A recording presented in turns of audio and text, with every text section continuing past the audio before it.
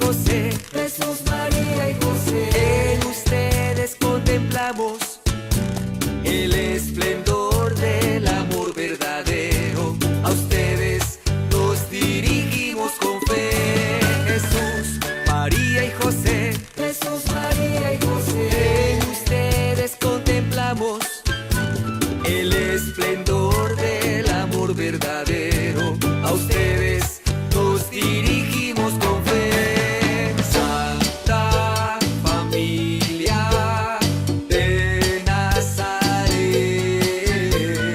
hagan nuestras familias lugares de comunión y oración, escuelas del Evangelio. Nuevamente con ustedes su programa La Familia Santuario de la Vida.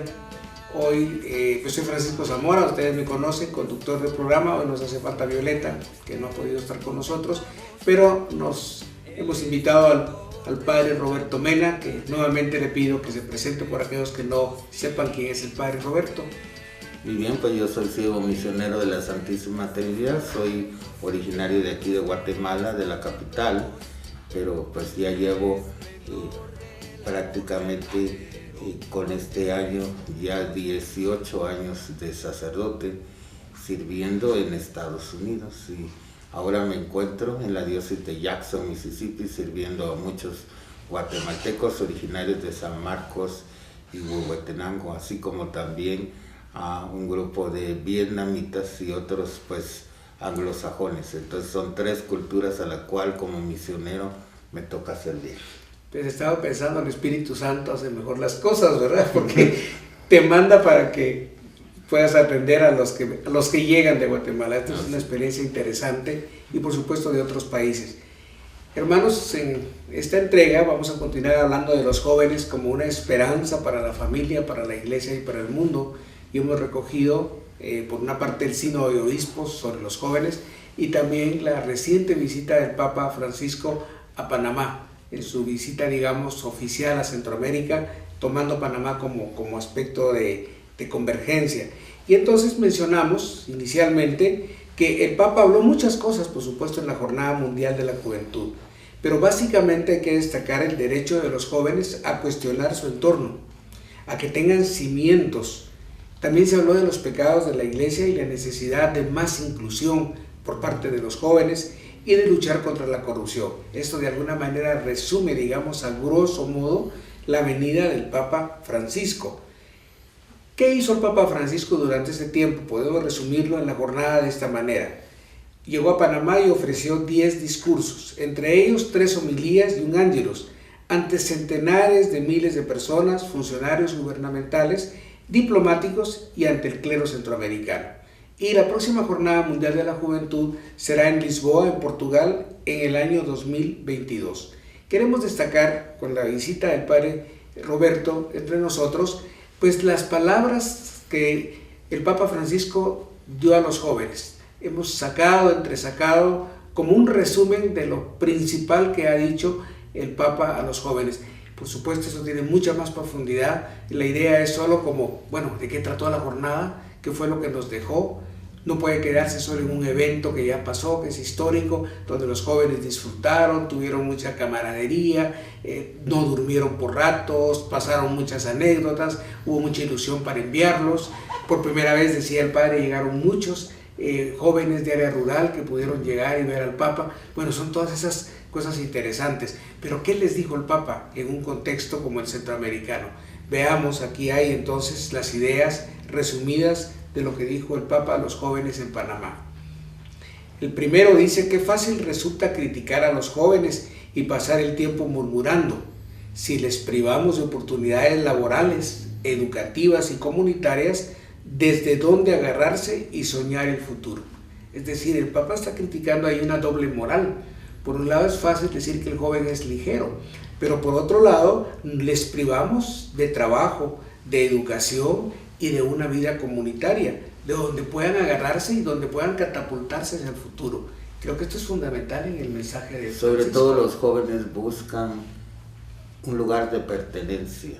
Entonces, la familia es un lugar de pertenencia, pero además de eso necesitan en la sociedad un lugar donde estar. Entonces el trabajo, la educación y la vida en comunidad es muy importante para el desarrollo integral de los jóvenes, y por eso el Papa está hablando que los jóvenes necesitan soñar en su futuro.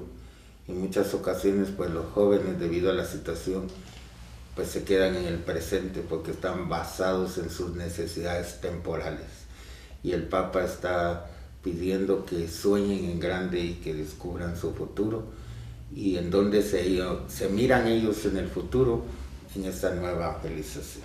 Interesante, ¿verdad? Porque necesitan esa seguridad los jóvenes para poder entonces vivir el momento que les toca. Un segundo elemento es que el Papa clamó contra el intento de nuestras sociedades de tranquilizar y adormecer a los jóvenes para que no hagan ruido, y usted lo ve subrayado, para que no hagan ruido, para que no se pregunten ni pregunten, para que no se cuestionen ni cuestionen. Como diríamos en buen chapín, calladitos se ven más bonitos. Es decir, no molesten, como ven la gráfica que hemos puesto ahí. Este es otro elemento importante. Yo creo que es imposible, padre, tener adormecido o callado a un joven. Y es por eso que en muchos casos el CELAM ha hablado de que la pastoral juvenil es la cenicienta de todas las pastorales, porque es a la que menos se le da recursos financieros y humanos también. Entonces, el Papa de alguna manera está diciendo pues que ellos son importantes, que tienen que seguir haciendo preguntas, cuestionar a la iglesia, cuestionar a la sociedad. En muchos casos pues el Papa ha acuñado esa frase de hacer lío, que es muy importante, que lo que quiere decir es estén cuestionando a su alrededor, que no se contenten con lo que tienen alrededor de ellos, sino que sean capaces de seguir haciendo preguntas y de descubrir lo que está malo. De alguna manera ellos son los profetas de este nuevo milenio, son los jóvenes que están moviendo a la sociedad, a la iglesia. Es interesante lo que ha sucedido esta semana, que han elegido un nuevo presidente en El Salvador, uno de los presidentes más jóvenes que han elegido en la historia de Centroamérica. Entonces nos damos cuenta que como que los jóvenes están comenzando a influenciar incluso la política en Centroamérica y en América Latina. Interesantísimo este tema de la juventud, y por qué no entonces a preparar a esa juventud para que haga más preguntas, no callarla, sino darle elementos. En un tercer momento el Papa dice que María es la influencia de Dios, porque es una joven de Nazaret, pone a la Virgen María como una joven. De hecho, el ícono de Nazaret es una mujer joven, es una mujer quinceañera, no pasará de 15, 16 años, y justamente María es la que ha influido más en la historia, la mujer que más ha influido en la historia de la humanidad, y por eso les pone el Papa, les dice, miren jóvenes, aquí está su modelo, esta mujer influenció en la historia, y entonces hay todo un sentido mariano en esta visión del Papa. Hay que verlo desde el punto de vista cibernético y pues actual. Se llama influencer a una persona que tiene muchos seguidores en las redes sociales. Entonces, si una persona tiene muchos seguidores en Facebook, en Twitter, en Instagram, se le llama influencer. Entonces el Papa escoge ese título de influencer, que ahora está siendo tan acuñado en los medios de comunicación, para decir, miren, ustedes se dan cuenta de todos los que están influyendo en las redes sociales. Pues la Virgen María dice no apareció nunca en unas redes sociales, nunca le tomaron una selfie, pero esta mujer es la que influyó en todo un siglo, y a pesar de que no habló mucho, pero hizo mucho para el beneficio de la iglesia y del mundo. Entonces, por eso es la mujer que más ha influido en la historia. Entonces, puede ser un modelo muy real para los jóvenes de hoy. Y me encanta porque el Papa fue lo primero que dijo en Panamá. Fíjense, la vida de salvación que regala Jesús no es una salvación colgada en la nube, hablando también del concepto cibernético, que todo lo guardamos en la nube, esperando ser descargada, ni una aplicación nueva o un ejercicio mental fruto de técnicas de autosuperación, tampoco un tutorial con el cual aprender la última novedad, sino una invitación a ser parte de una historia de amor que se entreteje con nuestras historias. Nuevamente ahora nos presenta a Jesús no como algo mediático que yo puedo bajar de la nube cuando yo quiera, sino que es alguien que me invita a vivir conmigo, con cada quien, una historia de amor que se mete en mi historia y que entreteje mi vida y mi historia. Oye, qué interesante esto, Padre.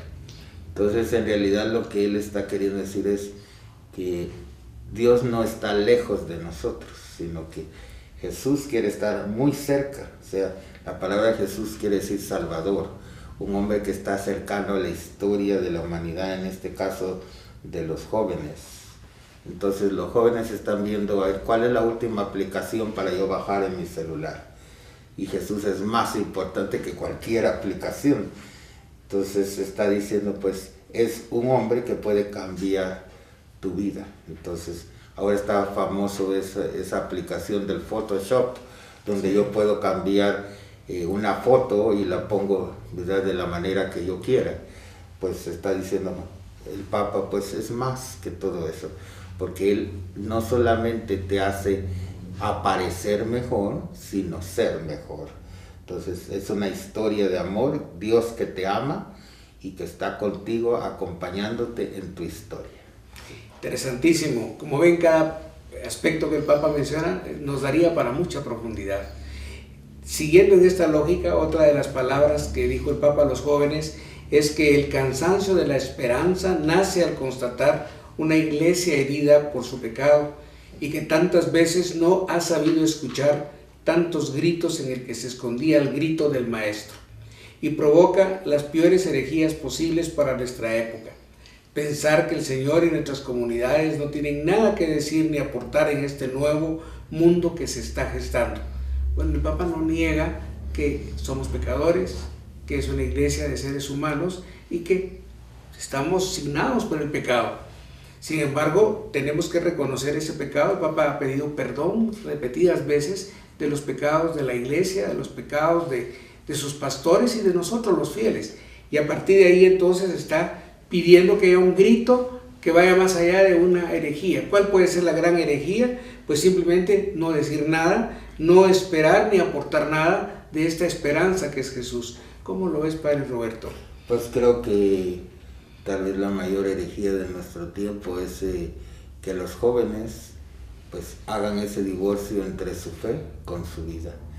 Y a veces los padres de familia y a veces la jerarquía ayuda a ese divorcio, porque les dice de alguna manera que pues dentro de la iglesia que no hayan muchas palabras de ellos, que actúen lo menos posible, que no vayan a influenciar a la iglesia, que no hagan cambios. Entonces como que de alguna manera estancando la realidad de la sociedad y de la iglesia. Entonces esos gritos que está hablando el Papa es precisamente esas inquietudes que muchas veces son calladas en la iglesia y en la sociedad. Entonces, además de los pecados personales y sociales que la iglesia tiene, también la iglesia tiene un pecado de no escuchar las inquietudes de los jóvenes, de no darles tanta importancia, y que los jóvenes se le ha dicho de que es el futuro de la iglesia, pero el Papa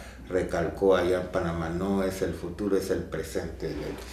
Y me recuerda, Padre, justamente hoy pensaba en ahorita que no está con nosotros, nuestros casos en terapia.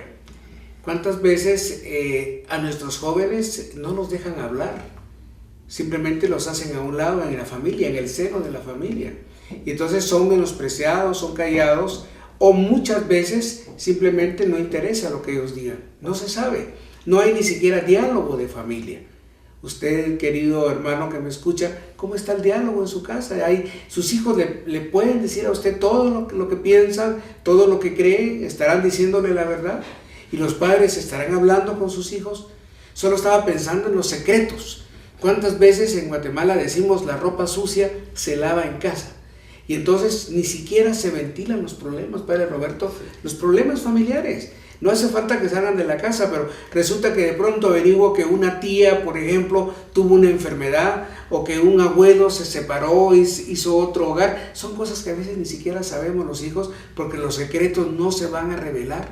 Entonces son esos pecados de omisión en los que los patojos van cargando, los jóvenes van cargando con muchas cargas que incluso no saben qué cargas llevan de toda una familia. Este es un tema tremendo. Tenemos que lograr que el joven haga preguntas, que el joven hable, que se exprese y nosotros escucharlo, y en esa escucha poder transmitir la sabiduría que hemos ido acumulando por años nosotros y los que nos precedieron.